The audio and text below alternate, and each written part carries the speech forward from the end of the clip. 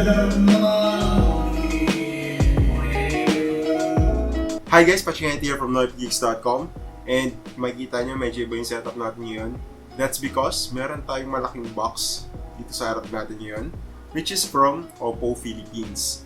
Now, base sa title, alam niyo na siguro kung ano naman ito, which is the OPPO Reno 5 5G, which will be launching here in the Philippines sa February 10 via a live stream event that will start at 7 p.m. So, since medyo malaki yung box niya, medyo curious ako kung ano pa ba yung ibang bagay na nilagay ni OPPO dito sa box na to. At gusto kong i-share sa inyo yung unboxing experience. Plus, yung mga key features nitong smartphone na to before we head on to our full review, which we'll be publishing in the days or weeks to come. So, basically, that's it. Intro muna, and then buksan na natin to. Now, as you can see, this box is really large. Dito may nakalagay snap and share kasi as you know, isa sa pinaka-main highlight na itong OPPO Reno 5 is yung kanyang cameras. Tapos meron din tayo rito ribbon sa taas. So medyo fancy ang datingan niya. So buksan lang natin to.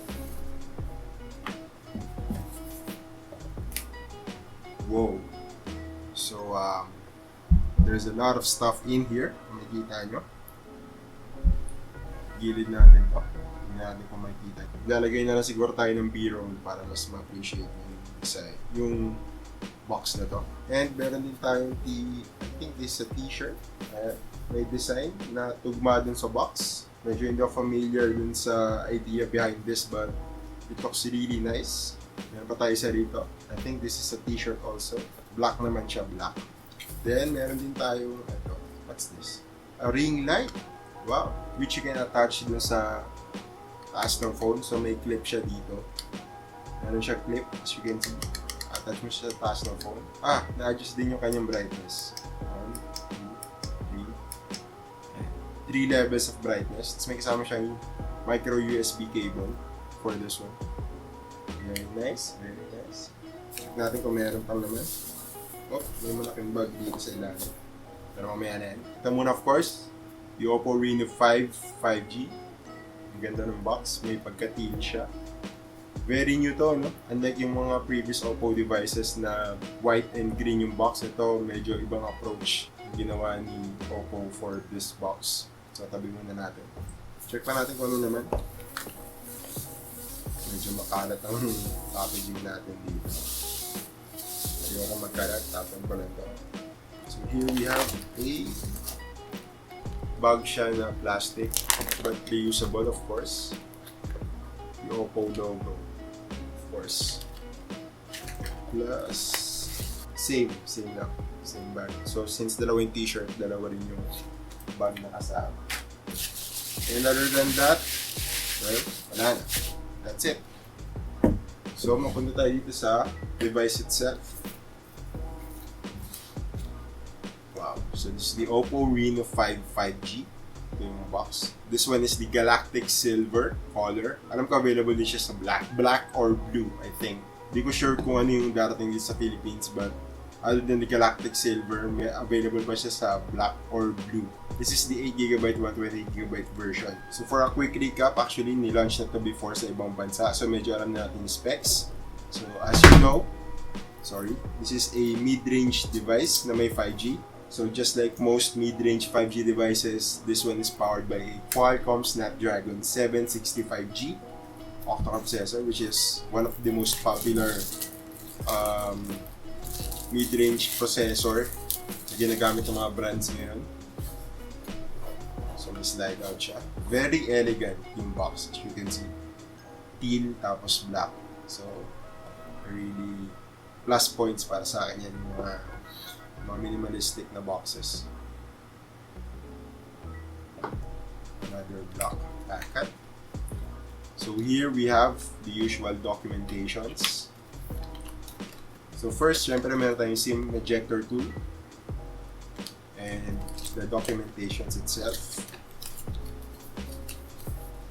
And of course, meron tayong libreng clear case.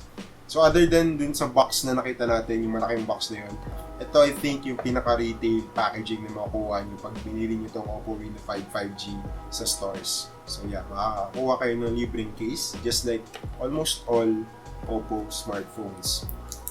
Then of course we have the wow, it's very light. We have the device itself.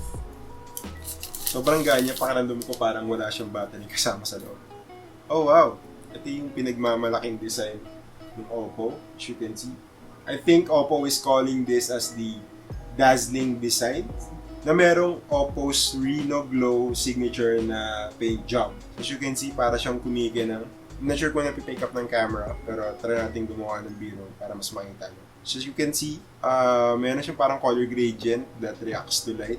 So nag-iiba-iba siya ng kulay. Tapos para siya pumikinang dahil dun sa paint job sa loob. And of course, what we have here are the quad camera setup. So meron tayong 64 megapixel main shooter, 8 megapixel ultra wide, 2 megapixel macro, and of course, the 2 megapixel depth sensor. Sa harap naman, as you can see, meron na tayong pre-installed na screen protector. So ito nakikita nyo ngayon is a 6.43-inch Full HD Plus AMOLED screen.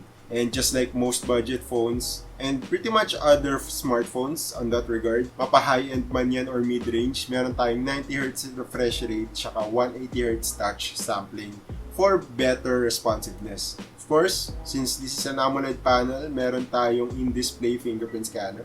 So this one, as you can see, runs on ColorOS 11, which is based on the latest Android 11 operating system from Google. Of course, since AMOLED siya, meron tayong always-on feature. So, kahit nakapatay yung display, pwede ka mamili ng ibang maraming design dito. Para nakikita mo kagad yung kung may notifications ka or gusto mong makita yung oras or kung yung mga quick details na gusto mong makita without the need of picking up your phone or turning on the entire screen. So, yan yung always-on display. So, yeah, this is the device. Tuloy tayo. Hindi pa tayo tapos sa unboxing. Ito, divider lang to. At ito, so sa pinaka-main feature nitong OPPO Reno 5, SuperVOOC 2.0 charging.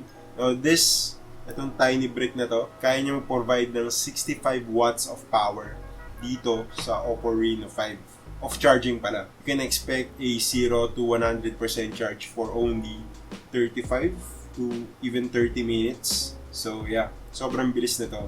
At nagsisimula na siya maging standard sa industry ngayon. And of course, meron ka ring libreng headphones. So yeah, karamihan talaga sa mga smartphones ngayon, no? Especially the budget ones, wala na silang libreng headphones. So kung kailangan mo ng headphones, bibili ko pa separately. But with the OPPO Reno 5, they got you covered. And lastly, meron tayo USB Type-C cable. So here we go. Well, other than that, that's the OPPO Reno 5 5G. Ito lahat ng mga kasama niya. Now, just a quick rundown on the specs. Gaya na sabi ko kanina, this device is powered by a 2.4 GHz Qualcomm Snapdragon 765G octa-core processor. Now, the unit that we'll be having here in the Philippines has 8 GB of RAM and 128 GB of storage. Now, since this video was shot before the release, hindi pa tayo sure kung darating yung 256 GB, but still, the one that we have here is the 128, so keep that in mind. Sa harap, itong punch hole, nakita nyo sa top left, this one houses the 32 megapixel selfie camera.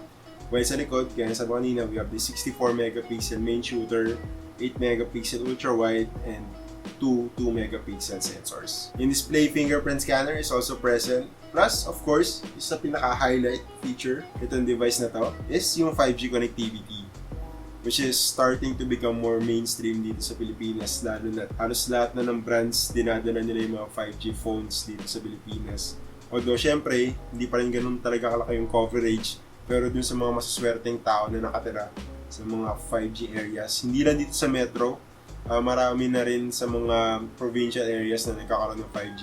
So, kung meron kayong 5G connectivity, I think dapat i-check out nyo yung mga 5G phones para ma-take advantage yun naman yung next-gen network technology na to.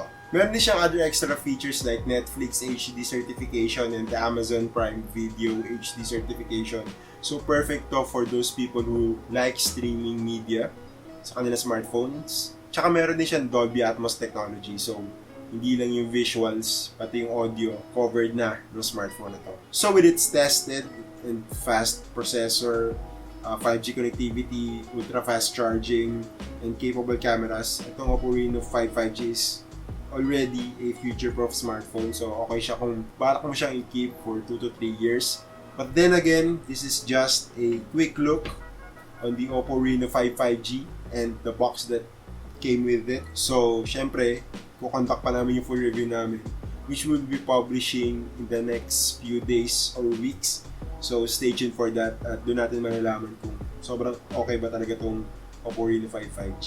And yeah, basically, that's it for now. Again, this has been Patrick Cañete from OPPO.com. For more detailed look about the OPPO Reno 5 5G, ilalagay namin yung mga available links down in the description below. And of course, don't forget to hit the like button, subscribe, stay loving. Hit the bell icon so kita na pwede pa tayong post new video. Follow us on Facebook, Twitter, and Instagram. And yeah, thank you for watching.